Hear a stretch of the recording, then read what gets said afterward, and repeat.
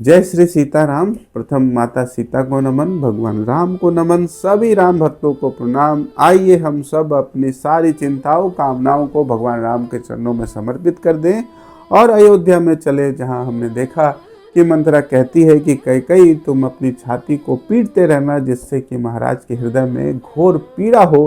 तुम्हें ऐसा देख महाराज विकल हो जाएंगे। अब आगे क्या कह रही है मंथरा माँ कैकेयी को कि पूरे रामायण की भूमिका रच दी है उसने। इस भाव में उतरते हैं।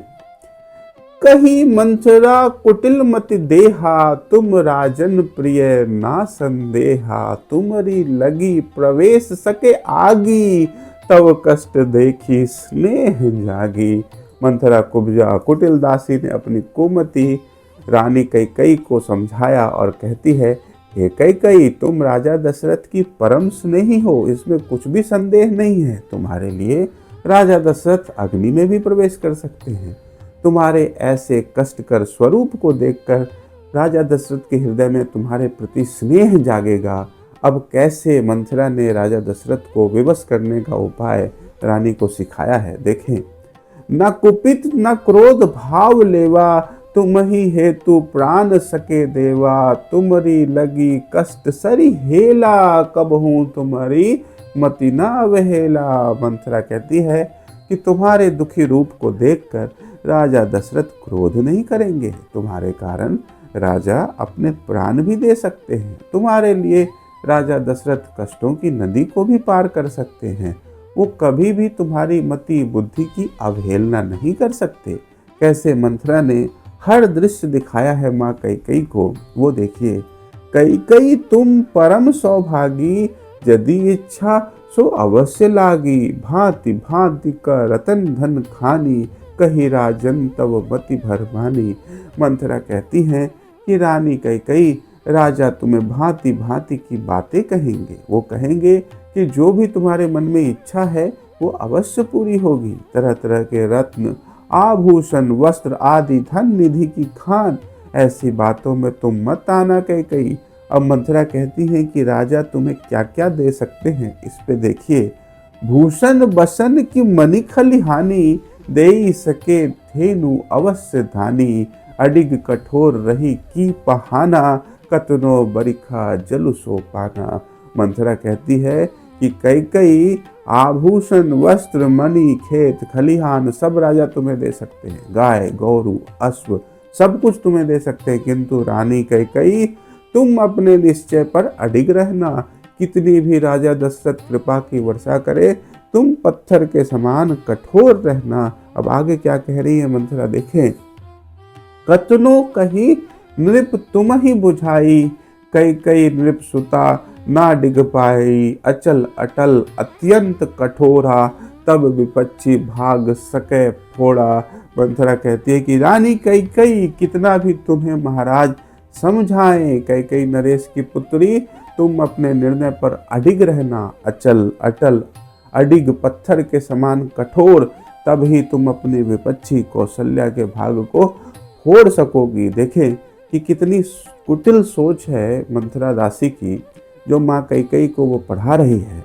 धरी देवा सुर रन को ध्याना, कही कि उधार दोनों वरदाना, हिम मनोरथ पूर्ण सिधाई, जो राजन दोनों शपथ दिलाई।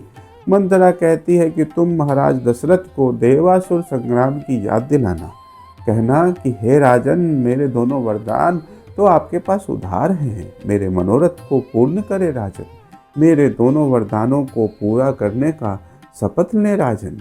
आगे देखे कि भावी दृश्य के लिए मंथरा माँ कैकेयी को कैसे तैयार कर रही है। दशरथ धरा से स्वयं उठाई, कही प्रिया का काम न पाई, शपथ धरी विरदावली गाई, पूर्वज सत्य लगी वचन पाई। राजा दशरथ तुम्हें स्वयं ही धरती से उठाएंगे और पूछेंगे, कहो प्रिया, तुम्हारे हृदय में क्या कामना है। वो शपथ लेके अपने कुल की वृद्धावली यश सुनाएंगे। पूर्वजों ने कैसे शपथ पालन किया ये भी सुनाएंगे। अब मंथरा कैसे दैव को साक्षी बनाने का है ये भाव बता रही है। सकल दिशी दैव साक्षी पावा, बहुत दृढ़ करी शपथ धरावा, राम स्थान भरत का तिलकाई, 14 बरिस राम बन जाई। हे कई तुम सभी देवताओं को साक्षी बना लेना, बहुत प्रकार से राजा को दृढ़ करा के शपथ धराना, तब कहना कि श्री राम के स्थान पर भरत का राज्याभिषेक हो और श्री राम 14 वर्षों तक बन जाए। अब मंथरा ने भरत के लिए क्या कहा है यह देखें। भरत वट वृक्ष अवध जे जामा, केहू ना लेई राम को नामा, 14 बरिस स्नेह भर आई, प्रजा हिये राम छवि बिसराई। हे कई तुम्हारे प्रिय पुत्र भरत अयोध्या में वटवृक्ष के समान जम जाएंगे, अपनी जड़ें फैला लेंगे, फिर कोई भी श्री राम का नाम नहीं लेगा। 14 वर्षों के अंतराल में प्रजाजनों के हृदय में भरत के लिए स्नेह आ जाएगा और सब श्री राम को भूल जाएंगे। अब आगे क्या कह रही है मंत्रा देखें कि तुमरे सुत राजा रही जावा, तुमरे पक्ष प्रभावी बनावा, जड़ सुदृढ़ स्थिर सोई गाछी, रक्षा करहु भरत बुझि बाछी। हे कई इस प्रकार से तुम्हारे पुत्र भरत ही हमेशा हमेशा के लिए अयोध्या के राजा रह जाएंगे। तुम्हारा पक्ष प्रबल भावी वृक्ष सबल हो जाएगा। हे कई जिस वृक्ष की जड़ें सुदृढ़ रहती है वह वृक्ष हमेशा फलते फूलते रहता है। वैसे ही तुम अपनी जड़ों को सुदृढ़ करो वरदान मांग के। जैसे गाय अपने बछड़े की रक्षा करती है वैसे ही तुम भरत की रक्षा करो कई। अब मंथरा प्रभु के वन गमन के लिए क्या कह रही है यह देखें। राम वनवास अवश्य पावा, तब ही सकल मनोरथ सिधावा, राम वन गयऊ बादी सुहावा, जो भरत अवधपति यह भावा। कई श्री राम को अवश्य वनवास मिलना चाहिए, तभी तुम्हारा सारा मनोरथ सिद्ध होगा। राम वन गमन के बाद यह बहुत सुहाएगा जब भरत अयोध्या के नरेश होंगे।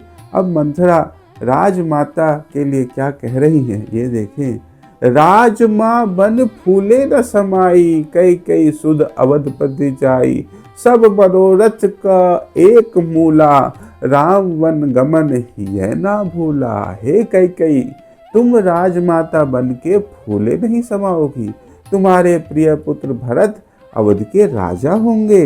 याद रखना रानी कि तुम्हारे सारे मनोरथ के सिद्ध होने का एक ही मार्ग है, श्री राम का वनगमन, यह कभी भी मत भूलना। अब मंथरा वनवास के बाद क्या दृश्य होगा यह दिखाती है देखें।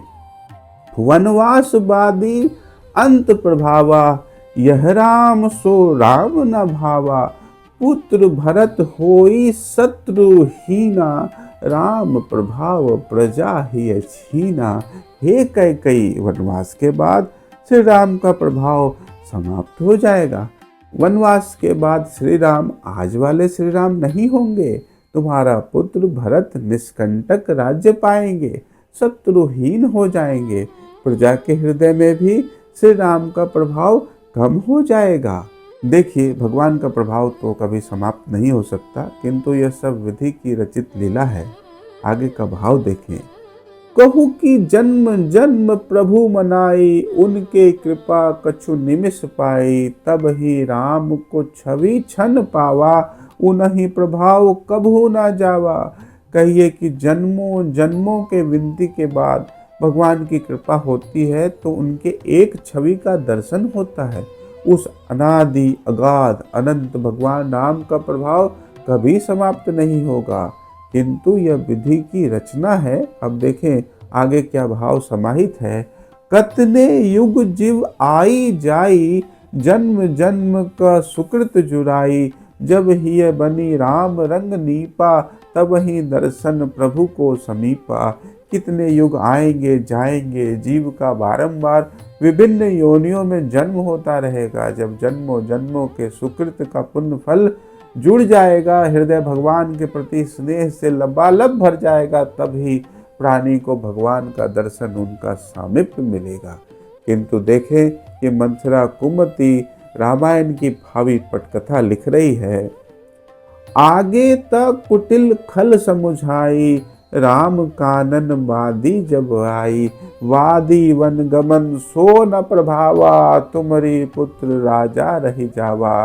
मंथरा माँ कैकेयी को कुटिल बुद्धि समझाती है कि वनवास के बाद यदि राम लौट आते हैं तो तब तक तो उनका प्रभाव समाप्त हो जाएगा। तुम्हारे प्रिय पुत्र भरत तब भी राजा ही बने रहेंगे।